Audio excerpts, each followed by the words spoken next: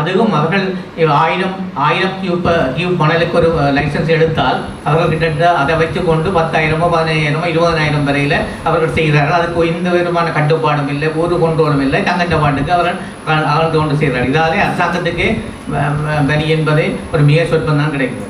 இதனாலே அவர்கள் எனக்கு சில அதிகாரிகள் சொன்னார்கள், இவ்வாறு இப்படி நீங்கள் செய்ய விட்டீங்கள் என்றால் அவர்கள் ஒரு மாவட்டத்தையே விலைக்கு வாங்கக்கூடிய நிலைமையை அவர்கள் ஏற்படுத்தி விடுவார்கள். இதுக்கு இந்த குழுவுக்கு அரசு அதிகாரிகளும் உடந்தைகளாக இருக்கிறார்கள். இப்போ எங்களுக்கு ஒரு நல்ல சந்தர்ப்பம் கிடைத்திருக்கிறது. இந்த காலத்தில் எந்த அரசியல்வாதிகளுக்கும் இதில் எங்களுக்கு ஒரு சம்பந்தம் இல்லை. இதில் எங்களுடைய இந்த புதிய அரசாங்கத்துக்கு கீழே வரைக்கும் ஒரு மண்காட்டோ அதுக்கு பின்னாலே ஒரு தரம் இல்லை மட்டும் புழுவோம்.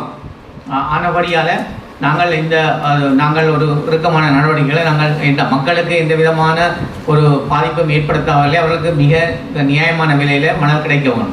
இதனாலே தான் நாங்கள் நீண்ட காலமாக நான் இந்த இதுக்குரிய ஜிஎஸ்எம்பியினுடைய டிஜியை கூட நாங்கள் வரவழைக்க வேணும் என்று கதைத்திருந்தேன். அவ்வளோ காலம் வரவில்லை. ஆனால் இறுதியில் நாங்கள் ஜிஎஸ்எம்பியினுடைய சேர்மன் அவர்களோட கதைத்து அவர்கள்லாம் நன்மையிலே யாழ்ப்பாணம் மாவட்டத்துக்கு வந்திருந்தேன். அதில் நாங்கள் பல எல்லா அரசாங்க அதிபர்களும் சீனியர் டிஐஜி டிஐஜிமார் எல்லாரும் இருந்து நாங்கள் மற்ற பிரதேச செயலாளரும் அதில் கலந்து கொண்டிருந்தார்கள் பேர். அப்போ அதில் நாங்கள் ஒரு தீர்மானத்தை எடுத்தோம். இவ்வாறு மக்களுக்கு இப்படி ஒரு தொடர்ந்து பாதிப்பு எடுக்க நாங்கள் மற்றது சில பேர் உழைத்து கொண்டு போகிறதுக்கு நாங்கள் அப்படி தொடர்ந்து அனுமதிக்க முடியாது. அதிலே நாங்கள் தீர்மானித்தோம், முன்னுரிமை அடிப்படையில் அந்தந்த பிரதேச சபைகளுக்கு அந்த மணல் அகழ்ற இதை வழங்குவதற்கு நாங்கள் அது தீர்மானித்தோம். ஆகவே அதன் மூலம் ஒரு சீரான மக்களுக்கும் ஒரு லாபகரமான முறையில் ஒரு நியாயமான விலையிலே மணல் கிடைக்கக்கூடியதாக உறுதிப்படுத்தக்கூடியதாக இருக்கும் என்று நாங்கள் கதைத்திருந்தோம். இந்த பொறுமுறையை ஏற்படுத்துவதற்கு அனைவரும் ஒத்துழைக்க வேண்டும். இதோட சம்பந்தப்பட்ட அனைத்து திணைக்களங்களும் பூரண ஒத்துழைப்பை வழங்க வேண்டும். எங்களுக்கு நிறைய அனுபவங்கள் இருக்கின்றது. நாங்கள் சட்ட ரீதியான முறையில் அந்த லீகலான முறையில் செய்கின்ற பொழுது அந்த லைசன்ஸ் எடுப்பதற்கு ஒரு நீண்ட காலம் எடுக்கும். ஆனால் ஒரு தனியால் செய்கின்ற பொழுது அடுத்த நாளே கிடைக்கும். ஆனபடியால் நான் இதில் எல்லாரையும் கேட்டுக்கொள்வது என்னென்னா, அது சம்பந்தப்பட்ட அதிகாரிகள் இந்த பொறிமுறைக்கு அவர்கள் வருவது கடினமாக இருக்கும்.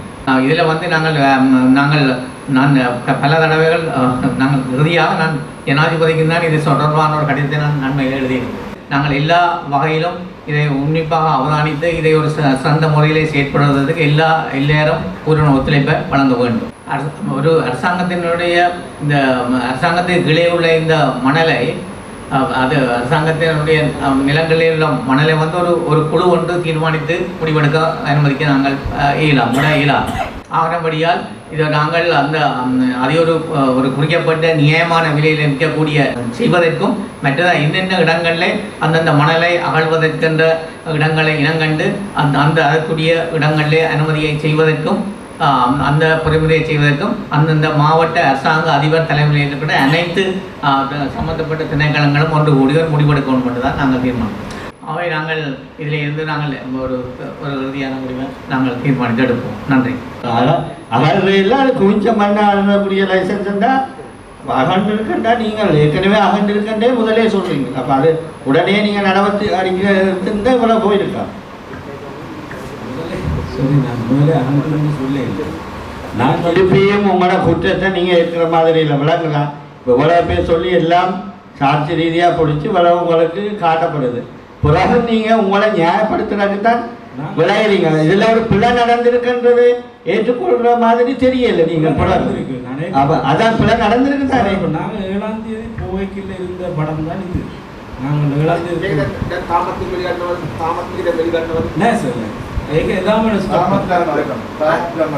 अपनी लाइसेंस है कि नतर करा सर एक इदाम नतर करा है फोन करा एक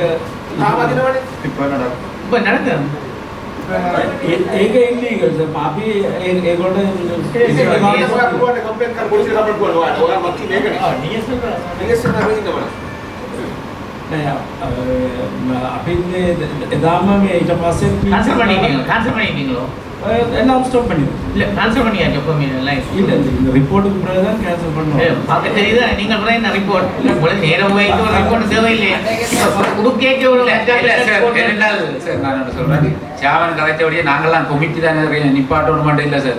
உண்மையில வந்து சைட்ல வந்து ஒரு வயலேஷன் நடக்குதுன்னா சட்ட வழியாக நிப்பாட்டி இருப்பாங்க. அதான் உண்மையான இது சட்ட வழியாக வளமையா நீங்கள் உங்கள்கிட்ட பாட்டுக்கே கொடுக்குறீங்க. ஒருத்தரையும் கேட்குறீங்களா, எம்பிஎம்எல்ஏலையும் கேட்குறீங்களா, டிஎஸ்சியும் கேட்குறீங்களா, அப்படி தான் கர்நாடகா நடந்தது. அப்போ அப்படியெல்லாம் செய்தீங்கன்னா அப்புறம் நீ இதுக்கு நிப்பாட்டுறதுக்கு மட்டும் பெஞ்ச ரிப்போர்ட் பண்ணுங்க. ஒரு பிள்ளையானது நடந்தா உங்களுக்கு தெரியும் தானே, போய் பார்க்கீங்கன்னா உடனே நிப்பாட்டையில் சார் இதுல உண்மைத்தன்மை வந்து மறைக்கப்படுது சார். முதல் கொடுத்திருந்தது 1998 கியூபிக். இவர் போய் பார்த்துட்டு 5000 கியூபிக் அனுமதி கொடுத்திருக்காரு அந்த இடத்துல. இவர் போய் பார்த்துட்டு முதல்ல இங்க வந்து 1998 கியூபிக் கொடுத்திருந்ததை இவர் போய் ட்ரிபிள் ஆக்கி 5000 கொடுத்துட்டு வந்திருக்காரு. 4998 கியூபிக் கொடுத்துருக்காரு. அப்ப இப்ப சொல்றேன், நான் சொன்னா திருப்பி மில்லிகளா நடக்குன்னு சொல்றேன். அது எந்த வேலையில போலீஸ் தான் பார்க்கணும்.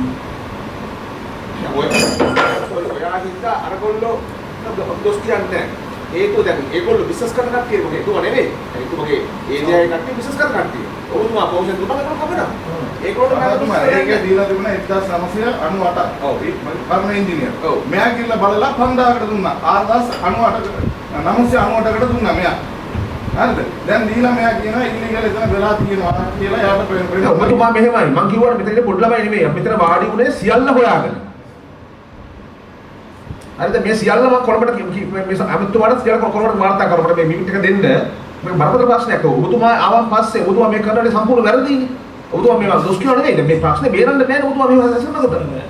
මම පොඩ්ඩක් කතා කරන්න කියන්නේ මේ අපි අර මේක දෙවෙනි ජීවරාජ් කියලා ඒ ෆයිල් එකේ සම්බන්ධව තමයි එතුමා කතා කරන්නේ. එතන සර් 1950 හරි මොනවද තමයි තිබ්බා කලින්. මං ඊට පස්සේ සර් ජොයින්ට් සෙක්ෂන් කෝල් කරලා කට්ටිය ආවනේ. මං දීලා දෙවෙනි පාර මං දීලා බලනකොට මේක මං එදා රිපෝට් ඉන්ස්පෙක්ෂන් එකකට ඒ රිපෝට් එක ඔක්කොම පෙන්නුවා. more than 5 meters ඒක තිබ්බා උස වැලි. ඒකට සර් බලනකොට around 5000 එනවා. 2000 තමයි කලින් ඉන්ජිනියර් දාලා දෙන්නේ. 3000 රජයේ හොයටි ඉඳලා ඔක්කොම නැති වෙනවා. හැබැයි ඒගොල්ලෝ 5000 කියුබ් ගන්නවා කොහොමද? ඔතන සර් කලින් ඉන්ජිනියර් යනකොට සමහර වෙලාව මේ පැත්ත තියෙන වැලි එක ඉවත් කරන්නේ නැහැ නිසා ඒ හරියට අර උස පේන්නේ. ඒක නේ අපි කියලා බලනකොට හරියට උස පේනවා. පේනකොට සර් ඒ උසට හරියට කැල්කියුලේට් කරනකොට 5000 එනවා. මං ඒව තියෙන විදියට දානවා නම් සර් මං තමයි රජයට වැරදි කරනවා. more than 3000 එකට royalty ලක්ෂ 30යි නැති කරන්න මං දෙනවා. මම as a engineer මං ඒකට responsible තියෙනකොට මං ඒක බලන්න නැතුව දාන්න බෑ සර්. ඒක තමයි මං එහෙම කරේ. හැබැයි අනිත් parameters මොකක්ද change කරන්නේ already joint inspection කරපු ඉඩම එක. අර height විතරයි මං change කරා. meter 1.5 meter දෙම්මා already 0.6 meter තමයි තිබ්බා. වෙන කිසිම මං change කරන්නේ නැතුව ඒක විතර change කරා. එහෙනම් මං ඒක ගන්න නැත්නම් තමයි අර license holders එක්ක support කරලා රජයට පාඩු වෙන්න විදියට මං වැඩ කරලා තියෙන්න ඕනේ. මං ඒක හරියට දාලා නිසා ඒක இருக்குது. அதுவும் பண்ணிக்கணும். லீஸும் முடிஞ்ச தருவாயில் அவை மீண்டும் அப்ளை பண்ணின ஒரு லீஸ் அதை கூட நீங்கள் அதில் பார்க்கல. அப்ளை பண்ணி என்னமே அந்த லீஸ் திருப்ப கொடுபடையில. அப்போ நீங்கள் பார்க்காம என்னென்று நீங்கள் அந்த இதை பாஸ்டருக்குள்ளால இதை கொடுப்பீங்க. 2 லைசன்ஸும் வந்து தென்னை மரம் நிற்கிற இடம், அதுக்கு கோகனட் போட்டுட்ட அப்ரூவல் இல்லாமல் அதுக்குள்ள எந்த நடவடிக்கையும் செய்ய இயலாது. அடுத்தது இதில் வந்து 4998 கியூப்ஸ் வந்து கொடுபட்டு நாங்கள் அதை நிப்பாட்டி இருந்தாலும் இதில் வந்து இதில் உள்ள மண் இல்லீகலாக எடுபட்டு இருக்குன்னு சொல்லி எங்களோட என்ஜினியர் ரிப்போர்ட் கொடுத்துருக்கிறார். அந்த ரிப்போர்ட்டை several instances of illegal sand transportation were observed at the site and தெளிவாக கொடுத்துருக்கிறார். அவர் போகாமல் இருக்கின்ற அதை அன்றைக்கு ஒரு நாள் வரைக்க தான் அதை சொல்லியிருக்கிறார். எனக்கு முழங்கியதை அவருக்கு சில ஃபோன் பண்ணி சொன்னாங்களோ தெரியாது. இப்போ மற்றது இதில் ஜிஎஸ்என்பியால் இல்லீகலாக அவர் இன்னொரு ஆளுக்கு பெர்மிட் கொடுத்த இடத்துல இன்னொரு ஆள் இல்லீகலாக எடுத்துகிட்டு போனதுக்கு ஜிஎஸ்எம்பி என்ஜினியரில் ரெக்கமெண்டேஷன் கொடுக்குறார். அந்த பெர்மிஷன் யாருக்கு கொடுத்ததோ அந்த ஆள் வந்து பேமெண்ட் செய்யணும்னு சொல்லி போட்டிருக்கிறார். Royalty payment to the GSMB. எனக்கு சரியாக விளங்கல என்ன இதில் உள்ள வசனம் உண்மையா several instances of illegal sand transportation were observed at the site. அது என்ன மாதிரி அவர் சில கேமரா என்ன போட்டு வச்சு பார்த்துருக்கோம் தெரியல. அதையும் இருக்க நாங்கள் பார்ப்போம். அடுத்தது இது வந்து அந்த இப்போ இந்த பெர்மிஷன் கொடுத்தவர் வந்து பொலிசில், அதுவும் அவர் எங்களை இன்ஸ்பெக்ஷன் நடக்கிறதுக்கு முதல் நாள் தான் போய் பொலிசில் முறையிட்டு இருக்கிறார். பார்த்தீங்கன்னா 5ஆம் தேதி, நாங்கள் 7ஆம் தேதி போனாங்க, 2 நாளுக்கு முதல் போயிருக்கார்.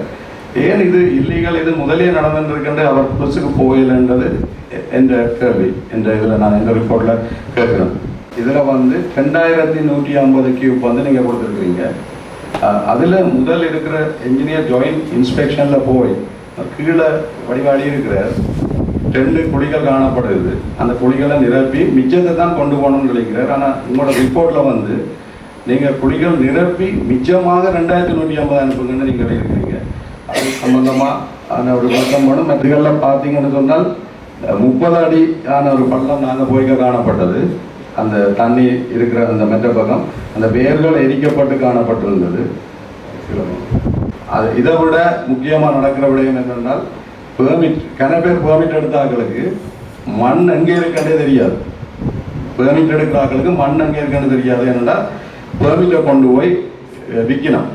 இப்படித்தான் அந்த நாங்கள் சைட்டு விசிட் போய்க்க இப்படித்தான் காணப்பட்டது. மண் வந்து இப்படி இருக்குது. ஏன்னா இந்த ஏரியாவில் உண்மையாக ஒஃபிஷியலாக சரி டிட்வாவால் வந்து ஒரு இடத்துல மாத்திரம் காணப்படுது. ஆனால் இதை பரவாயில்லை, இதை செய்கிறது குமிஞ்சி இருக்கிறதுன்றது இதெல்லாம் நாங்கள் பார்த்தோம். மற்றெல்லாம் கீழே தான் பட்டுறதை கண்டுறாங்க. அது டிட்வாக்குள்ளால வராதுன்னு நம்புகிறேன். ஆனால் 9000 கியூப் ஒரு ஆளுக்கு ஒரு 4900 நியர்லி 5000 ரெண்டு விஷயத்தை ஏன் கொடுக்குறாருன்றது எங்களுக்கு விளங்கல. இப்போ ஏன் நீங்கள் 200 கொடுத்து அதை ஒப்சர்வ் பண்ணலாம் தானே, ஏன் 5000 கொடுக்குறீங்கன்றது எனக்கு கேட்குறது. 2 லைசன்ஸ் நம்பரும் உண்டு. ஆனால் வேலிடிட்டி பீரியடை பார்த்தா ஒன்று 25 தொடங்குது, ஒன்று 28 தொடங்குது. ஏன் இப்படியான ஒரு முக்கியமான டாக்குமெண்ட்ஸ் வந்து இவ்வளவு பிள்ளையாக இருக்குன்னு சொல்லி எனக்கு தெரியலை. கௌரவ பாராளுமன்ற உறுப்பினர் ஜெயேஸ்வரன் அவர் இந்த முறை அந்த வெள்ளத்துக்குள்ளே தெரிஞ்சதால் அவரோட நான் போயிருந்தேன். உண்மையாக அடுத்த வெள்ளம் வந்ததுக்கு பிறகு நாங்கள் போய் அதுக்கு நின்று திருப்பி அவங்களுக்கு சாப்பாடு கொடுத்துட்டு யோசனை இல்லை. என்ஜினியருக்கு சிலவோட தெரியாமல் இருக்கும் மண்ணால் வர வெள்ள அளவு சரியான பாவமாக்குது. அப்போ நீங்கள் உங்களோட மேனேஜர்கிட்ட தயவு செய்து நீங்கள் சரியென்று சொன்னாங்க. என்னோட இதை விட நிறைய டாக்குமெண்ட் இருக்கு இன்ஜினியர், நான் இதில் காட்டையில் பர்சனல் வேணாம்னு சொன்னாலும் நான் காட்டையில் படி அதில் இருந்தது. நான் காட்டின படத்தோடு சரியாக இருந்தது. அவன் அந்த அளவு பெருமானத்தின்படி 5000 கியூப் வருது. நான் அப்போ 5000 கியூப் இருக்கிறதுக்கு 2000 கியூப் கொடுத்தால் நான் ஒரு அரசாங்கத்துக்கு பிள்ளை செய்கிறாளா போயிடும். 3000 கியூபுக்குரிய ரோயல்டி என்றதை அறவிடாமல் அந்த 3000 அவர்கள் கொண்டு போவதற்கு நான் அனுமதிக்க இயலாது. நான் அரசு இன்ஜினியர் என்றதால நான் அந்த இடத்துல வந்து கட்டாயம் அதை அறவிட வேண்டிய கட்டாயம் இருக்குது. அதால் கிட்டத்தட்ட அது 30 லட்சம் ரூபாய் பொறுமதியான ரோயல்டி அதை பாக்கிக்க வருது. அவை அதை எடுத்துக்கொண்டு தான் அது கொடுக்கப்பட்டது. அடுத்தது உங்களுக்கு நான் தெளிவாக சொல்ல வேண்டும் என்னென்னால், நான் அந்த ரிப்போர்ட்டில் போட்டதில் several instance there was some transported illegal mining activity என்று சொல்லி நான் போட்டிருக்கிறது. இந்த லைசன்ஸை இஷ்யூ பண்ணி நாங்கள் 1 கிழமைக்குள்ள நாங்கள் ஜாயின்ட் இன்ஸ்பெக்ஷன் போனாங்க. அப்போ அந்த 1 கிழமைக்குள்ள நடந்த இல்லீகலை தான் நான் அதில் மென்ஷன் பண்ணியிருக்கிறேன். பட் நான் முதல் இன்ஸ்பெக்ஷனுக்கு போயிட்டு அடுத்த இன்ஸ்பெக்ஷன் போனதே உங்களோட.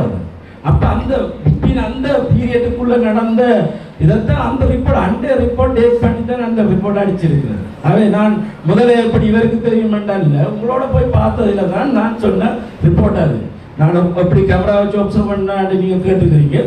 நான் வந்து உங்களோட வந்து பார்க்க முன்னுக்கு இருந்த நிலைமையும் இப்போ இருக்கிற நிலைமையும் பார்த்து தான் அந்த ரிப்போர்ட் நான் வந்து போட்டது. அதை விட நீங்கள் இதே என்னென்னாலும் இல்லை, நீங்கள் இதை விட்டு போய் நினைக்கிறீங்க. இது 5000 கியூப்பை கொடுக்குற விடயம் நீங்கள் கால் பண்ணி வரையலைன்னு சொல்கிறீங்க. டிஎஸ்க்கு அறிவிச்சீங்களா? இதில் என்னென்றால் அந்த ஜாயின்ட் இன்ஸ்பெக்ஷன் சீட் நான் அனுப்பினது எல்லா டிஎஸ்சிக்கும் அனுப்பினது தவறுதலாக நானாட்டம் டிஎஸ்சிக்கு போயிருந்தது அந்த லெட்டர். ஆனாலும் நான் அதை ஏன் அதை வந்து முதல்ல இன்ஸ்பெக்ஷன் நடந்ததால் டிஎஸ்லேருந்து எல்லாருமே பார்ட்டிசிபேட் பண்ணியிருக்கிறாங்க. அவை அதை 2ஆம் தரம் அது ஒரு செய்ய வேண்டிய அவசியம் இல்லை. பெராமீட்டர் மட்டும்தான் சேஞ்ச் பண்ணால் காணியை மாற்றவே இல்லைன்னா. ஆக டிஎஸ் சம்பந்தப்பட்ட மற்ற திணைக்களங்கள் சம்பந்தப்பட்ட எந்த ஒரு காரியத்தை மாற்றாமல் இன்ஜினியரிங்குரிய விஷயத்தை மட்டும்தான் நான் மாற்றினது. அதுவும் நான் அரசாங்கத்துக்கு புல செய்யல.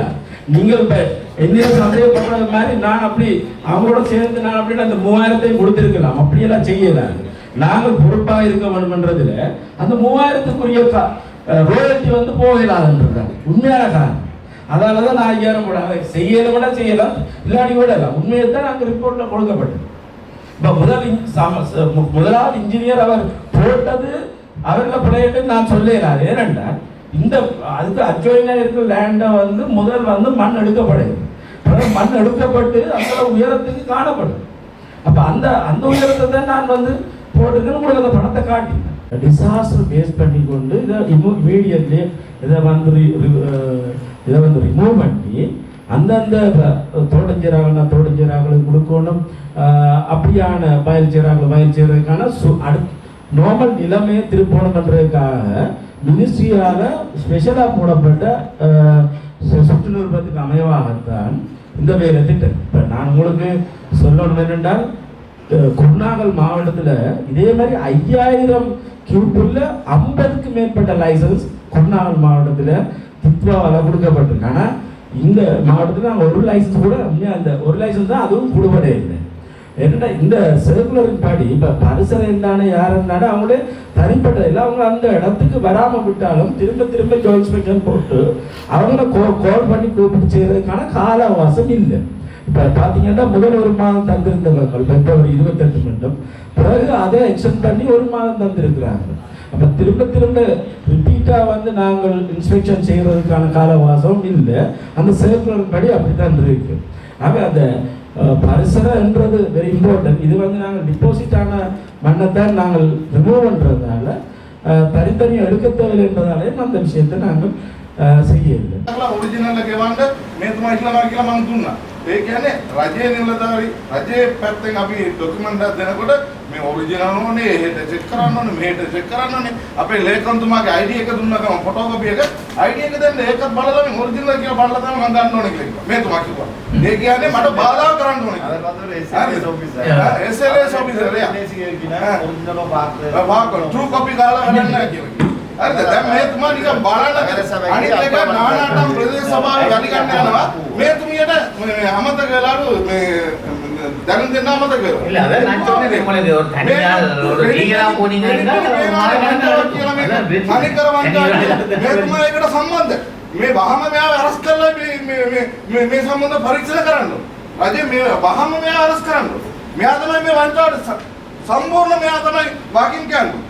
මෙයා කොහමද මේ 3000ක් මේ කියුබ් දෙනකොට මේ යාගේ ඉඩමයිති බලන්න දුන්නේ මෙයා.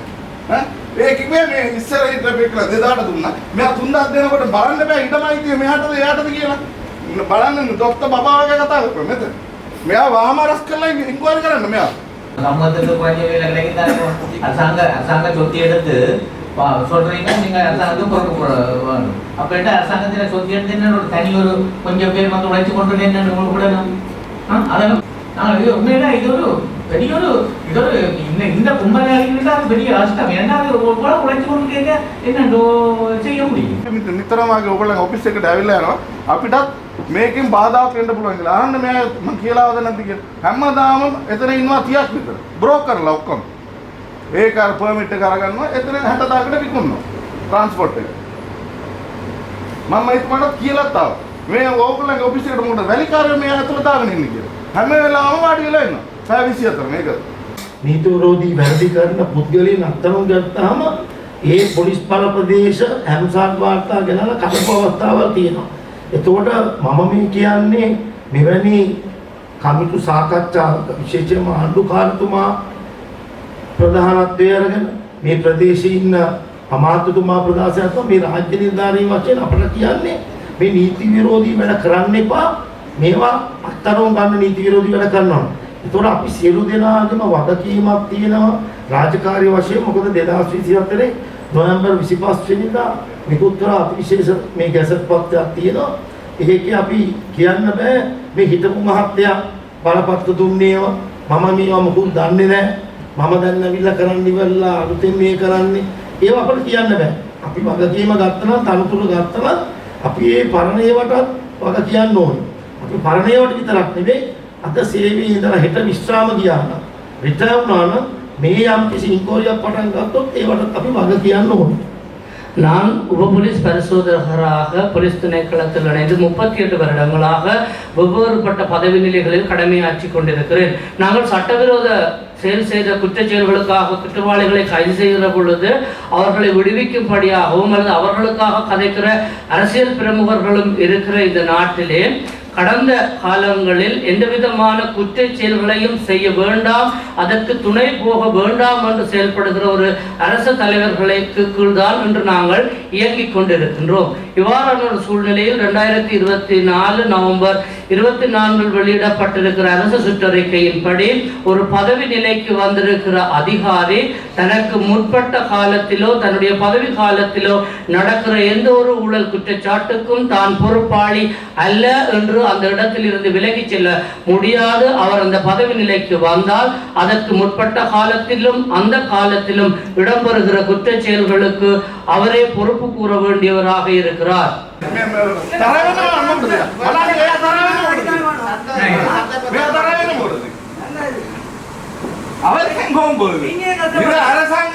அரசாங்கத்துல காணியில இருந்த மண்ண அரசாங்கம் எடுத்து மக்களுக்கு குறைஞ்ச விலையில கொடுத்துருக்கலாம். 30 அடி கிடங்கு வச்சிருக்கேன்னு சொல்றீங்க, அதுக்கு நீங்க அரசு பண்ணிருக்கலாம். இல்ல அது நீங்க பொறுப்பில் நீங்க இருங்க, நீங்களே அதுக்கு வந்துருப்பீங்க. இன்ஸ்பெக்ஷன் நடத்தி அதை ஆய்வு செய்து இப்போ இவை 5 அடியோ 2 அடியோ கொடுத்தா அதை மெயின்டைன் பண்ணணும். இத்தனை அடிக்குமே கீழே போகக்கூடாது. பட் ஏன் கொடுப்பான், அதை கொடுப்பான். இப்படி மோசமான ஒரு 30 அடி வரையில் ஆழமாக்கியேன்னு கொடுப்பான். அது மட்டும் இல்லை, எனக்கு தெரியும் சில சொசைட்டிக்கு நாங்கள் இருக்க கொடுத்துருக்கோம், வெவ்வேறு மாவட்டங்கள் இருக்க கொடுத்துருக்கோம். அந்த சொசைட்டி கொடுக்க ஒரு அங்குலம் பிறந்தாலும் உடனே தடுக்கினோம். அதை போய் தடுக்கிறார்கள். இந்த டிஎஸ்எம்பி அதை சொசைட்டி கொடுக்குறத தடுக்கணும். ஆனால் ஒரு தனியாளர் கொடுக்க பேசாமல் அங்கே போகிறதும் இல்லை, அந்த சைட்டுக்கும் இல்லை, இப்படித்தான் செய்கிறோம். இப்போ நாங்கள் இதுவரை கதைச்சு கொண்டு இருந்தால் இவ்வளவோ எங்கிட்ட சூழலிய பாதிப்பு பெரிய மோசடி தான். தென்னை வளர்ச்சிக்கு ஆபத்தாக இருக்கிறது அடிப்படையில் தான் வந்து மண்ணகர்களுக்கு கோரிக்கை விட்டிருந்தார்கள்.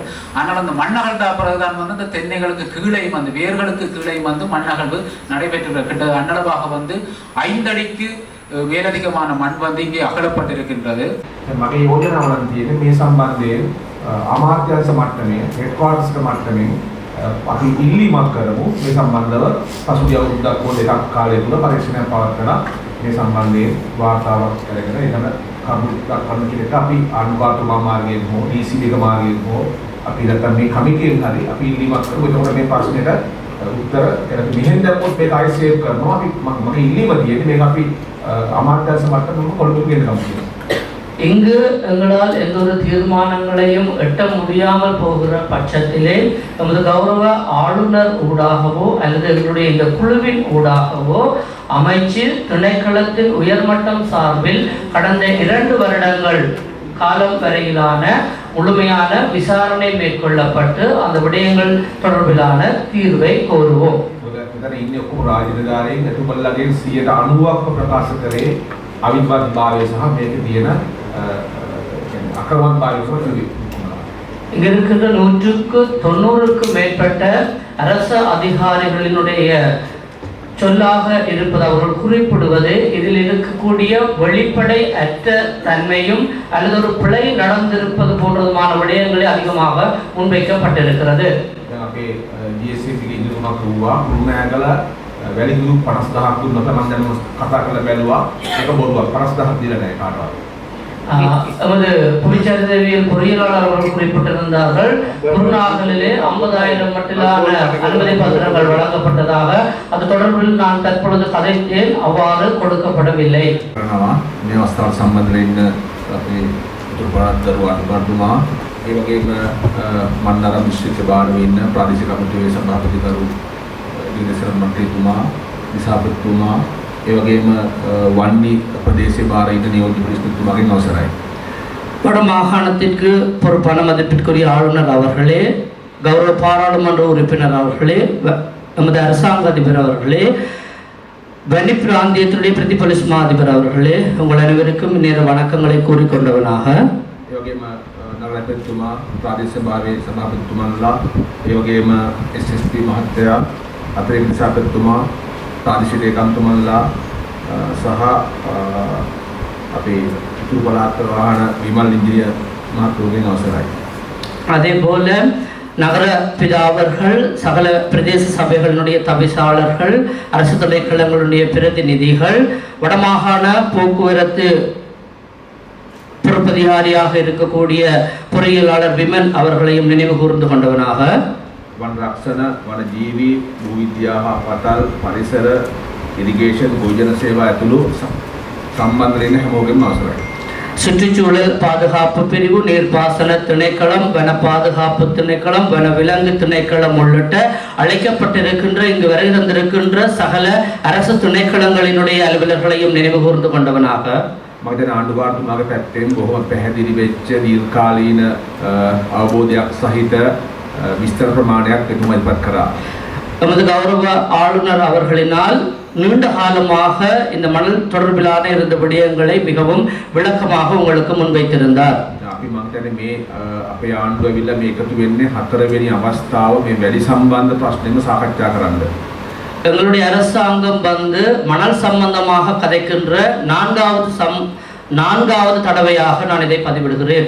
ඇත්තට මේක වැඩි ව්‍යාපාරයක් නෙවෙයි මම අර වෙන්නේ වැඩි මාෆියාවක් තියෙනවා.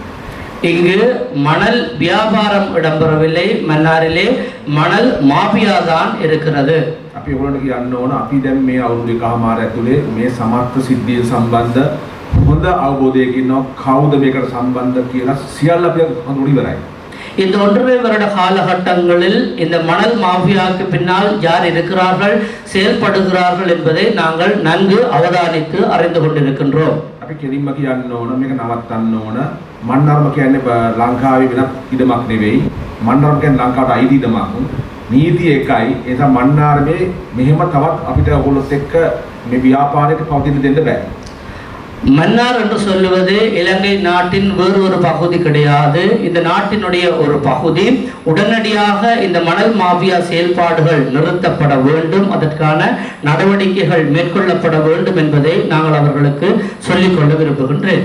අපි නංගම් කියන්නේ අපි කැමති නෑ ඔබතුමාලාගේ තියෙන දේශපාලන ගෞරවයට, රාජධාරීන්ගේ ගෞරවයට, පොලිසියේ ගෞරවයට අපි කැමති නෑ මේ අවස්ථාවක නම් කියලා පහත් කරන්න.